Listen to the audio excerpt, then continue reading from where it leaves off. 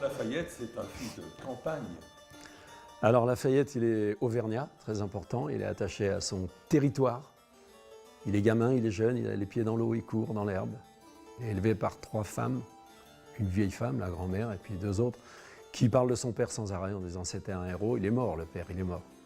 Lafayette avait 3 ans. Il est mort tué par un boulet anglais. Mais c'est un gamin d'Auvergne. L'Auvergne, ça sent, c'est beau, il y a de la lumière, il y a des étés, des hivers.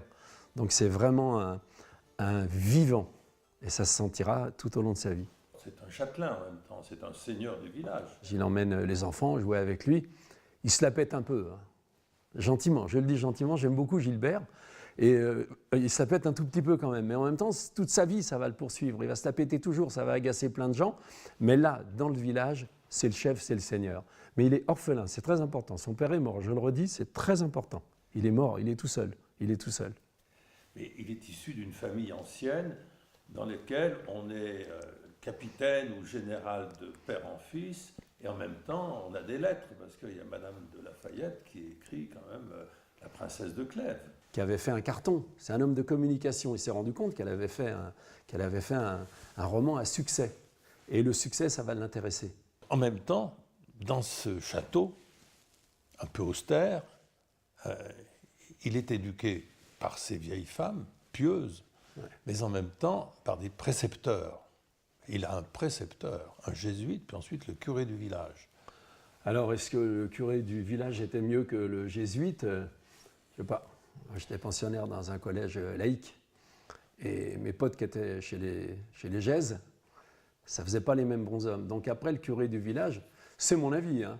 Pour un petit Auvergnat jeune, vivant et sanguin, le curé, ça devait être très très bien. Moi, j'étais chez les Gèses. Ah oui? J'étais chez les Gèses, à Saint-Étienne. Alors, ça fait quoi d'être chez les Gèses? Les Gèses, ça te couve un peu. En même temps, ça t'ouvre au monde. Ah. Et donc, je pense que le jeune Gilbert, le jésuite a dû lui dire, il y a l'Amérique. Il a peut-être ouvert déjà sa pensée à l'Amérique. Et donc, le curé, lui, c'est l'homme de l'Auvergne, le jésuite, il est du monde. Et je pense que Lafayette, ça a dû lui donner des idées sur la géographie. Ah, c'est possible, c'est bien possible. Des idées sur la géographie, et puis je pense qu'au fond du cœur, il avait quand même une rancœur, une rancune contre les Anglais qui avaient tué son père.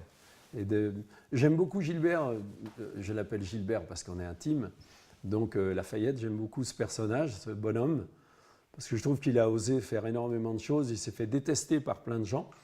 Je pense qu'il n'a jamais voulu le pouvoir.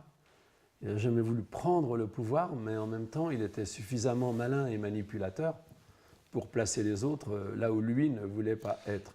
Il a toujours un quart d'heure d'avance sur les autres. C'est vrai.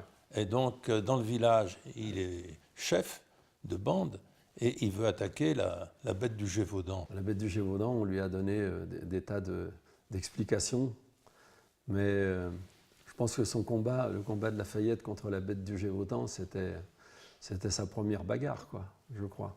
Oui, mais finalement, c'est pas lui qui l'a tué. Non, c'est pas lui qui l'a tué, c'est toute la population rassemblée qui a fait une immense battue et qui a réussi à coincer cet animal étrange. Mais déjà, c'est une légende. Et donc, Lafayette, d'une certaine manière, il vit dans la légende. Et peut-être qu'ici, pays des légendes, il a appris que lui-même pourrait créer sa propre légende.